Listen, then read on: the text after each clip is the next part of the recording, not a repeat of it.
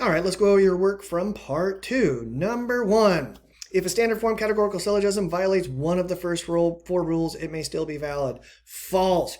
If a standard form categorical syllogism violates any of the first four rules, it is always invalid.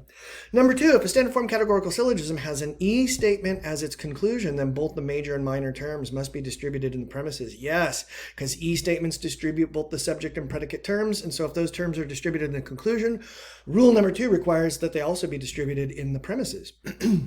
Number 3, if a standard form categorical syllogism has two I statement premises, then it is invalid. Yes, absolutely. When you look at your inventories of both unconditionally and conditionally valid forms, you'll see that there is no valid form of argument that has two I statements as premises. All valid forms of argument have at least one universal statement. Number 4, if a standard form categorical syllogism has an E statement and an O statement as premises, then no conclusion follows validly. Correct, because if we had premises that were E and O statements, we'd violate rule number 3, which says you cannot have two negative premises. Rule number 4, if a standard form categorical syllogism has an I statement as its conclusion, then rule number 2 cannot be violated. True, because I statements don't distribute any terms. So if our conclusion has no distributed terms, then rule number 2 doesn't even apply.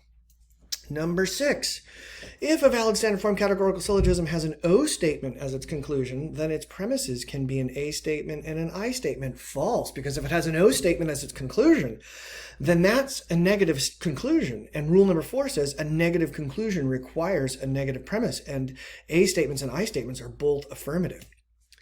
Number 7, if a valid standard form categorical syllogism has an E statement as a premise, then its conclusion can be an A statement. No, because again, rule number 4 says if you have a negative statement as a premise, you have to have a negative conclusion statement as well. An E statement premise is negative, an A statement conclusion is affirmative, and that violates rule number 4. So 7 is false.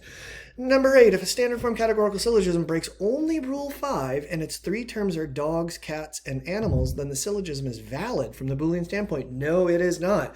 Any argument with universal premises and a particular conclusion is going to be invalid from the Boolean standpoint, regardless of what the terms are.